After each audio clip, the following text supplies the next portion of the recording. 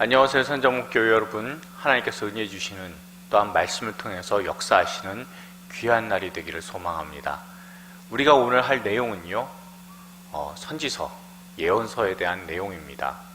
이 전체적인 내용을 우리가 한번 파악을 하고요, 그리고 나서 각 권별로 우리가 볼 수 있으면 좋겠습니다. 일단 오늘 하고요, 내일까지 선지서에 대한 그런 전체적인 개관, 그리고 각 선지서들이, 예언서들이 어떤 주제, 어떤 내용을 가지고 우리에게 하나님의 말씀을 들려주는지를 우리가 파악해 본 다음에, 그리고 나서 각각의 선지서들을 우리가 확인할 수 있기를 바랍니다. 자, 우리가 오늘 하게 되는 거는 예언서, 선지서의 전체적인 내용에 대해서 우리가 한번 보는 시간을 가져볼 건데요. 늘 이 도표를 여러분들 기억을 하시고, 그리고 이게 단순한 시대 구분뿐만이 아니라 여기에 담겨져 있는 색깔의 의미, 그러니까 시대 구분에서의 색깔은 사실은 어떤 그 의미는 그렇게 크게 갖고 있지는 않아요. 단지 이제 제가 사사시대나 포로시대 같은 경우는 약간 회색으로 구분하고, 사사시대에는 그나마 조금 밝은 회색, 그리고 포로시대는 좀 어두운 회색한 거는요, 이때가 참 소망이 없어 보이는 시대이기 때문에 그렇습니다. 그래서 이 시대에는 좀 회색으로 구분한 것 외에는 특별하게 제가 뭐 어떤 색깔에 있어서의 뭘 의미를 주고자 하는 것은 없어요. 그런데 여기에 있는 각 권들의, 각 책들의 색깔들에 대해서는 의미를 조금은 갖고는 있습니다. 제가 창출레민신 같은 경우 모세오경에는 약간 그 보라색 계열, 자줏빛 계열로 했고요. 그리고 역사서 부분은 파란색 계열로 했습니다. 근데 색깔이 짙은 걸 위에다 배치를 했고, 이 색깔 짙은 것은 이제 성경 전체 역사적인 흐름에 있어서의 중요한 책들이기 때문에, 레위기나 뭐 신명기가 아니면 룻기가 중요하지 않다라는 의미가 아닙니다. 역사적인 흐름에 있어서 중요한 역할을 하고 있기 때문에 그런 거예요. 자, 그리고 우리가 어제 썼던 욥시잠전하 같은 경우에는요, 이 시가서 찬지에 대한 그런 내용들은 찬양에 관련된 거는 시편 아가서니까 색깔이 연두색으로 구분을 했어요. 이게 녹색 계열로 그냥 했을 뿐이고요. 욥기, 잠언, 전도서는 지혜서이기 때문에 그래서 색깔을 조금 짙은 색으로 해서 구분되게끔 했습니다. 자, 요것과는 조금 다르게요, 우리가 오늘 할 내용인 바로 이 선지서는 색깔을 붉은빛 계열로 했어요. 근데 이제 붉은빛이 있는데 밝은 색하고 어두운 색이 제일 먼저 눈에 띄죠. 자, 밝은 색 같은 경우에는 일단은 대선지서입니다. 그리고 어두운 빨강색 같은 경우에는 소선지서입니다. 12권이죠. 그리고 그 책의 순서대로 이렇게 배열을 한 게 아니라 역사적인 구분에 의해서, 역사적인 시대 구분과 그리고 시기를 좀 따졌을 때 이때쯤에 지어졌을 책이 아닌가라는 것, 추정하는 그런 내용들을 바탕으로 해서, 그래서 그 시간순으로 책은 배열이 되어 있습니다. 그러니까 요엘서 같은 경우에는 제일 빨라요. 그리고 말라기가 제일 늦습니다. 그리고 재건시대나 뭐 이런 데 보면, 재건시대를 예로 들면요, 학개스가랴가 있는데 시대적으로 비슷한 시기인 건 맞아요. 그런데 학개와 스가랴 같은 경우에는 아래 위로 제가 둔 이유가 있습니다. 아래 위로 둔 이유는 학개가 좀 더 빠를 거기 때문에, 그 다음에 스가랴가 그 후대 책이기 때문에, 그래서 비슷한 시기이지만 앞뒤의 그 선후에 따라서, 그러니까 어느 게 조금이라도 먼저 지어져 있느냐에 따라서 이렇게 배열을 했다는 거 여러분 보시면 되고요. 그리고 이제 눈에 띄는 게 보면은 아모스하고 호세아 같은 경우에는요, 노란색 테두리입니다. 이 노란색 테두리는 일단은 이스라엘, 북이스라엘을 향한 것이다 라는 것을 여러분들 기억하시면 됩니다. 자, 그러면 요나, 나훔, 오바댜 같은 경우에는 연두색 테두리 이렇게 둘러쳐 있죠. 그쵸? 이 테두리를 한 이유는요, 이거는 이방에 관련된 겁니다.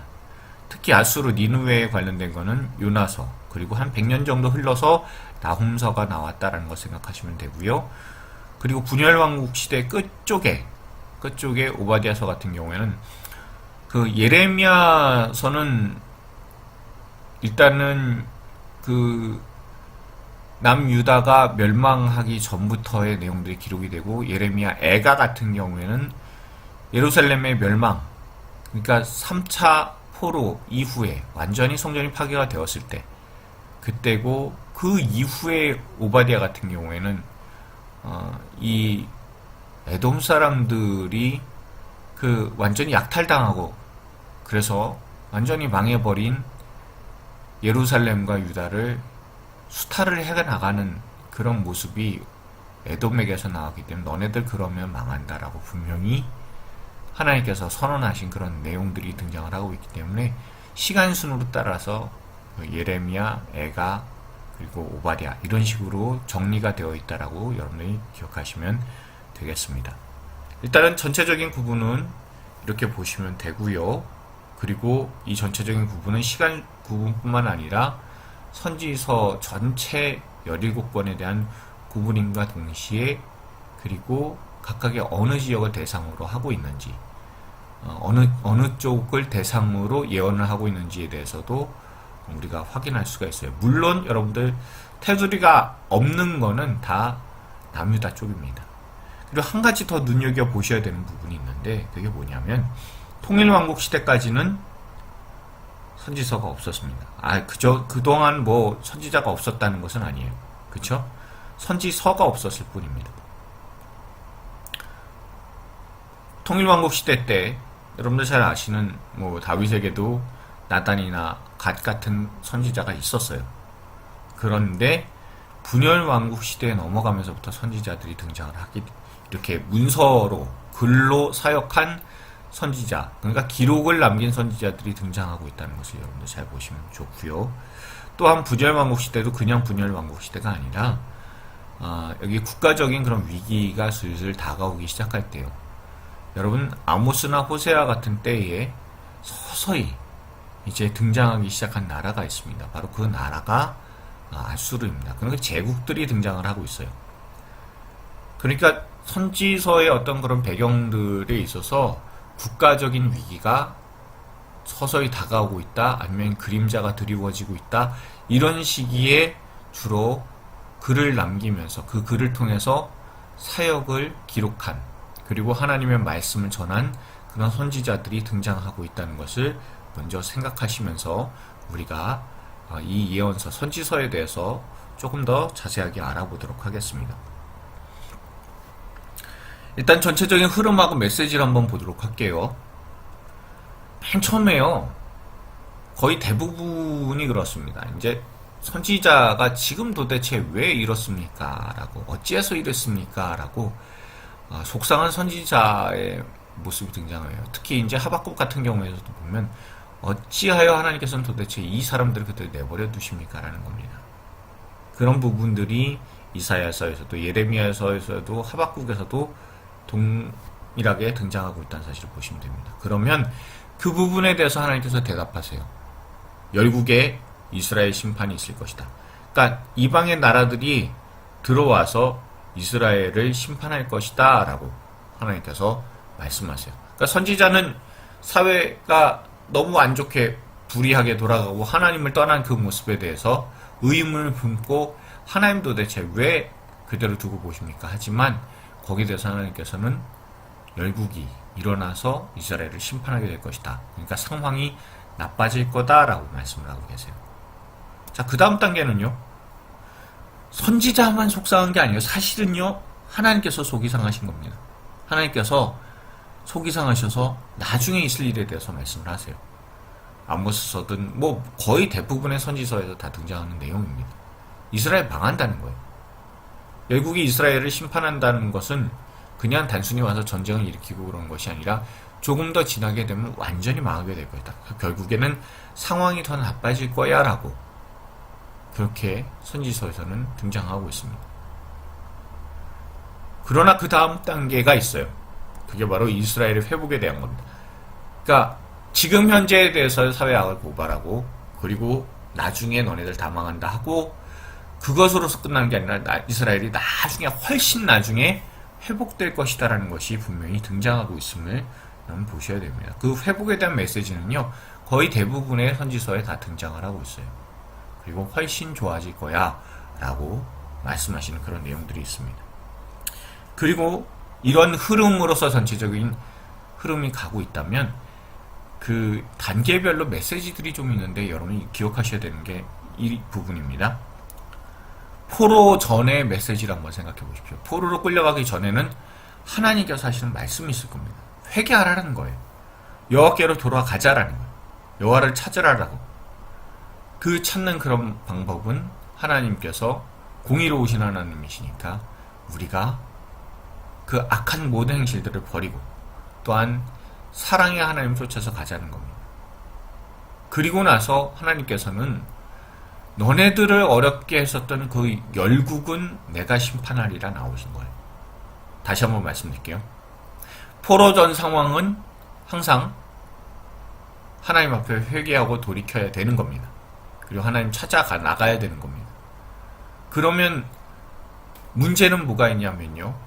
그 심판의 도구였었던 여러 나라들이 있어요. 그건 하나님 어떻게 하실 거냐라고 했을 땐 그 나라를 들어서 비록 이스라엘을 혼을 내시긴 했겠지만 그렇지만 그 열국도 심판하게 된다라는 하나님의 메시지가 주어집니다. 자, 포로전엔 그랬어요. 그런데 여러분 포로 중 이 포로에 그 해당하는 그런 내용들이 있잖아요. 여러분 보시면 예레미야서도 그렇고 에스겔서도 그렇고 다니엘서도 그렇습니다. 자, 그러면요 포로 중에는 메시지가 조금 달라지긴 해요. 왜냐하면 회개하라 라는 메시지가 없는 건 아니에요. 반드시 말씀을 드립니다. 없는 건 아니에요. 여호와께로 돌아가자라는 그런 메시지가 없는 것도 아니지만 대단히 약해져 있어요. 왜요? 이미 포로로 징계를 받고 있는 상황이잖아요. 그러면 포로 징계를 받고 있는 상황에서는 어떤 메시지가 하나님으로부터 나오겠습니까? 당연해요. 이제 새 언약을 세울 것이다. 새 영을 너희에게 줄 것이다.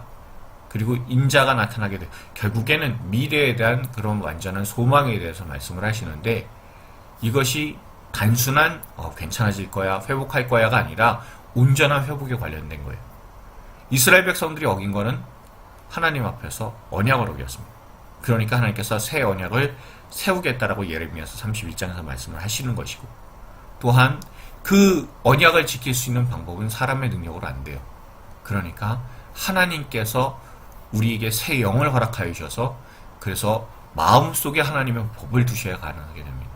성령께서 오셔서 이게 되는 거예요. 이게 금방 이루어지는 게 아니잖아요. 나중에 예수님께서 이 땅에 오셔서 사역하시고 그리고 승천하신 후에 성령을 보내주셔서 일어날 일이니까 대단히 오랜 시간이 지나서 성취가 될 것이다라는 겁니다. 그리고 온전한 성취입니다.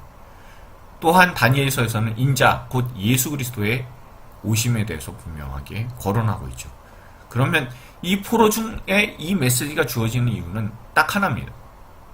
하나님께서 이 포로의 기간 동안에 이 이스라엘 백성들을 온전케 회복하실 계획을 갖고 계신다는 거예요. 이 포로로 끝나는 게 이스라엘의 역사가 아니고 하나님의 백성의 그 마지막이 아니라는 겁니다. 결국엔 하나님께서 이 모든 것들을 회복하실 것이다라는 그런 내용들이 나오고 있습니다. 그리고 나서 가시적인 회복이죠. 지금 포로 중에 있는 이 회복의 내용들 외에 하나님께서 70년이 지나면 돌아가게 하실 것이다. 이 내용들도 당연히 나오죠.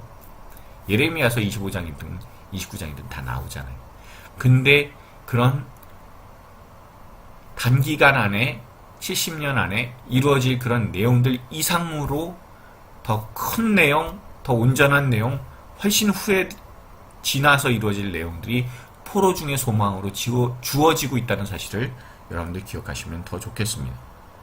그리고 이제 포로가 끝나서 다시 돌아왔습니다. 그러면 사람들이 그 땅으로 다시 돌아오게 되면 모든 게 다 고쳐져서 하나님 말씀 잘 듣고 이렇게 가지는 않잖아요. 늘 하나님께서는 그 백성이 회개하고 늘 돌아오라. 그리고 또한 여기에 성전을 짓게 됩니다. 자, 성전을 짓게 됐을 때 한번 막혔다는 사실을 우리가 잘 알고 있잖아요. 우리가 에스라서에서도 그 내용들을 봤습니다. 그랬을 때 이 시리에 빠졌었던 이스라엘 백성들을 일으키게 만든 사람이 학개스가랴잖아요. 거기에서 성전을 지으면 다시 한번 말씀을 드리지만 성전을 짓는다는 것은 이스라엘 백성의 정체성 회복입니다. 그렇게 되면 하나님께서 복을 주겠다고 그렇게 말씀하시고 또다시 인애를 말씀하시고 긍휼을 말씀하셔서 그래서 결국엔 내게로 돌아오라고 말씀하시는 내용이 바로 포로 후에 특히 이제 포로 후의 메시지 가운데서 돌아와라 이렇게 말씀하시는 가장 이제 중요한 내용이 이제 말라기에서 많이 등장하고 있다는 것을 우리는 잘 알고 있습니다. 자, 그러면요 전체적인 흐름과 메시지 가운데서 중요한 메시지가 또 있다면 뭐냐면요 이런 겁니다. 그 아브라함 요시아 헤셀이라고 하는 분의 예언자들이라고 하는 그런 책에 나오는 내용입니다. 하나님은 무기력하지 않다. 무기력한 이스라엘의 분노와 슬픔을 느끼실 뿐이다라는 그런 말이 있어요. 자, 하나님이 무기력하신 것처럼 그 이스라엘이 망하고 포로로 잡혀가는 것 같아요. 그러나 하나님께서 정말 분노하신 것은 하나님의 무기력하심에 스스로 분노하신 것이 아니라 무기력하게 세상에 무너지고 있는 이스라엘의 분노와 슬픔을 느끼신다라는 겁니다.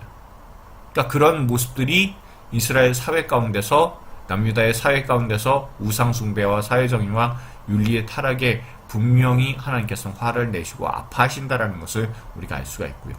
또한 그런 하나님의 마음을 선지자를 통해 쏟아놓으신 말씀이 예언서다라는 것. 제가 전에도 계속해서 강조를 하고 있지만요. 하나님의 뜻은 변하지 않아요. 정말 놀라운 그런 내용들은 다니엘서나 에스겔서 이런 책들을 여러분 쭉 보시면 하나님께서 계획하신 대로 세상을 흘러가요. 그러면 하나님께서 이스라엘 백성에게 바라시는 것이 무엇이냐라고 한다면 하나님의 계획 뜻 이것을 원하시고 바라시는 것이 아니라 결국엔 하나님의 마음을 알기를 바라시고 하나님의 마음에 맞는 백성들로서 다시 세워지기를 원하신다는 것을 우리가 알 수가 있습니다. 자, 그런데 하나님께서는 분명한 회복을 약속하십니다.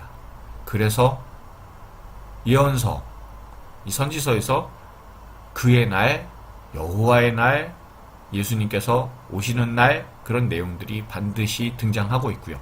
결국에는 이 예언의 마지막은 메시아께서 오신다라는 것으로서 나아가도록 되어 있다는 것을 여러분 꼭 기억하실 수 있길 바랍니다.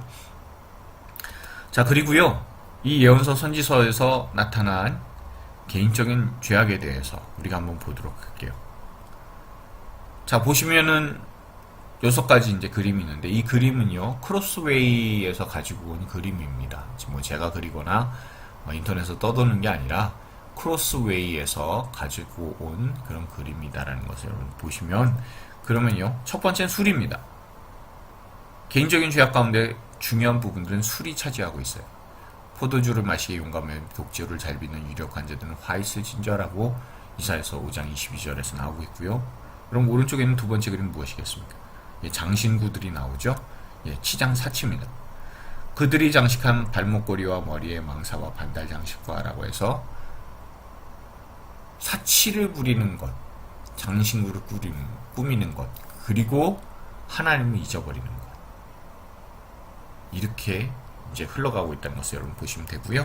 세 번째는 무엇이겠습니까? 세 번째는요, 언약을 내던져 버렸다라는 겁니다. 그들은 아담처럼 언약을 어기고 거기에서 나를 반역하였느니라 라고 하나님과의 약속을 깨버린 이스라엘 백성임을 우리가 알 수가 있습니다.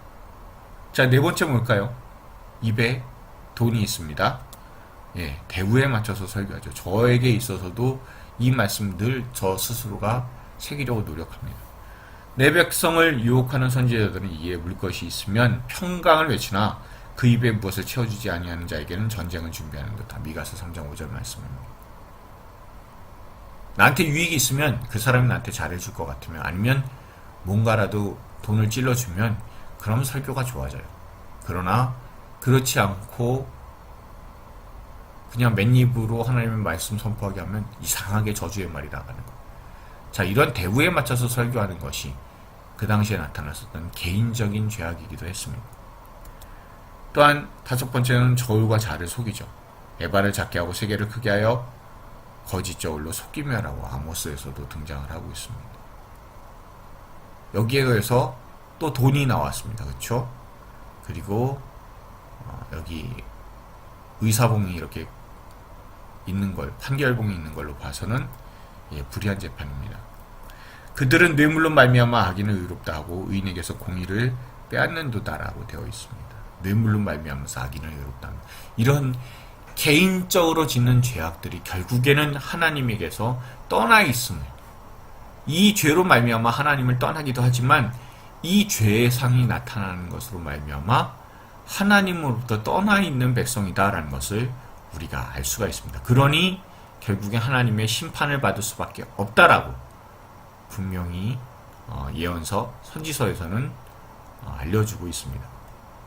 자, 그리고요, 이 예언서에 나타난 국가적인 죄악들이 있습니다. 여기 그림들도, 이 그림도 마찬가지로 크로스웨이에서 제가 가지고 온 겁니다. 자, 가장 왼쪽 상단을 보십시오. 여기에 보시면 칼이 그려져 있습니다. 국가적인 죄악을 여러분들 보시면요, 요새지 구축입니다. 이스라엘은 자기를 지으신 이를 잊어버리고 왕궁들을 세웠으며 유다는 견고한 성읍을 많이 쌓았으나, 여기서 견고한 성읍은요, 그냥 단순히 튼튼한 성이 아니라 방어지입니다. 방어지. 요새지를 구축을 했습니다.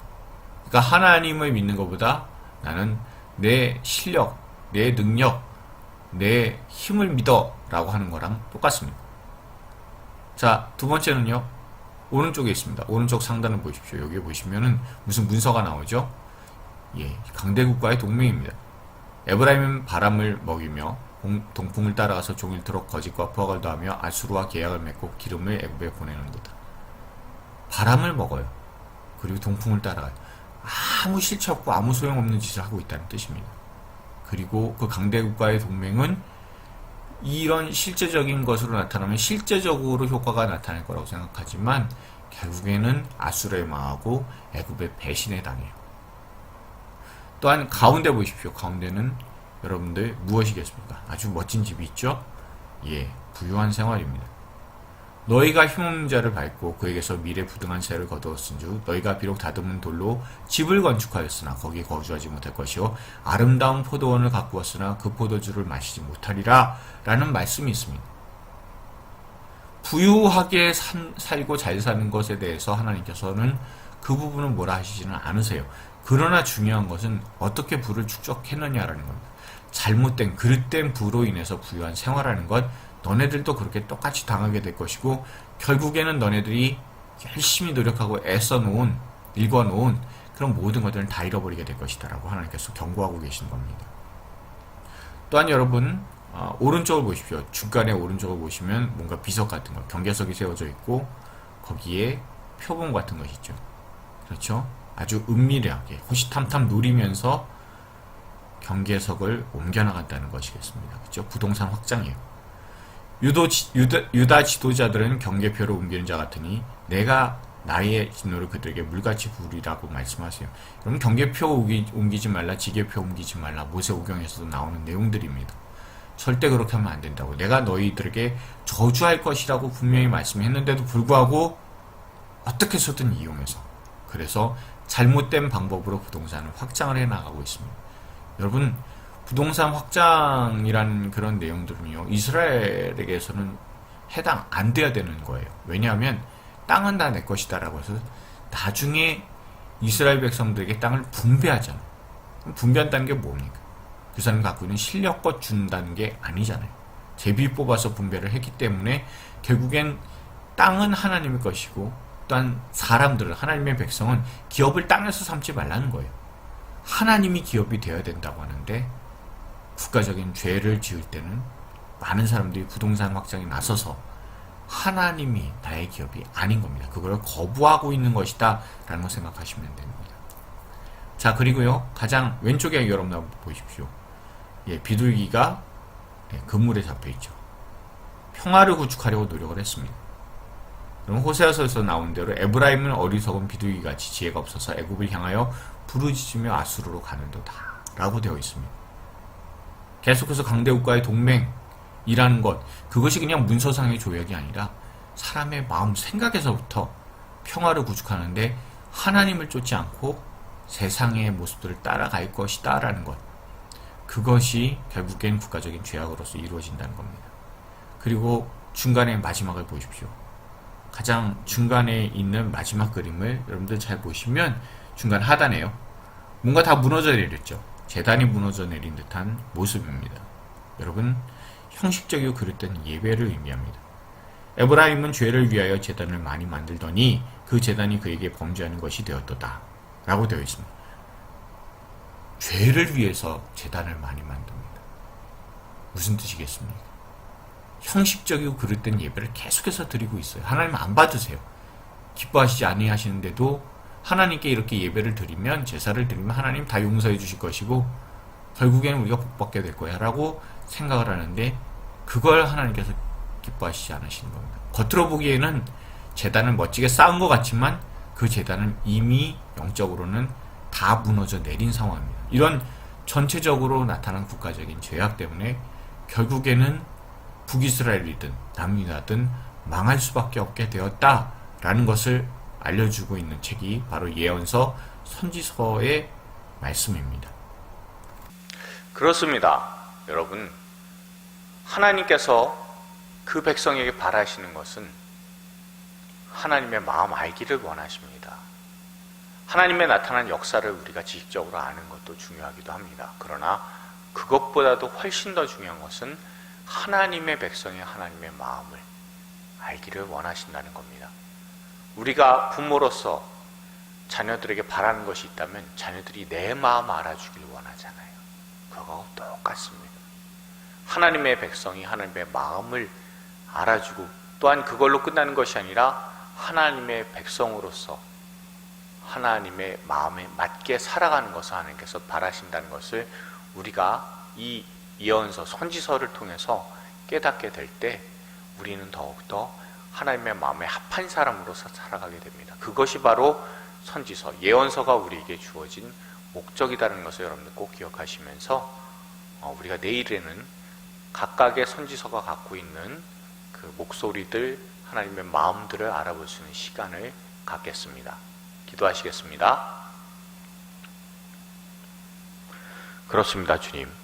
주님께서 우리에게 원하시는 것은 우리가 지식적으로 하나님을 아는 것, 또한 우리가 예전에 있었던 바리새인들처럼 무엇인가 하나님의 말씀에 대해서 그것을 지키려고 노력하되 하나님의 마음이 빠진 상황에서 그저 기계적으로만 지키는 것, 그것을 하나님께서 바라지 않으신다는 것을 우리가 다시 한번 말씀을 통해서 묵상하며 이제는 하나님 마음을 알기 위해 애쓰고 노력하는 저와 우리 성도님들 다 될 수 있도록 주님께서 도와주시옵소서.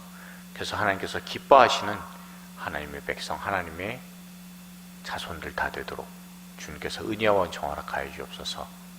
우리에게 귀한 하나님의 말씀 주시니 감사합니다. 예수님의 이름으로 기도드렸습니다. 아멘.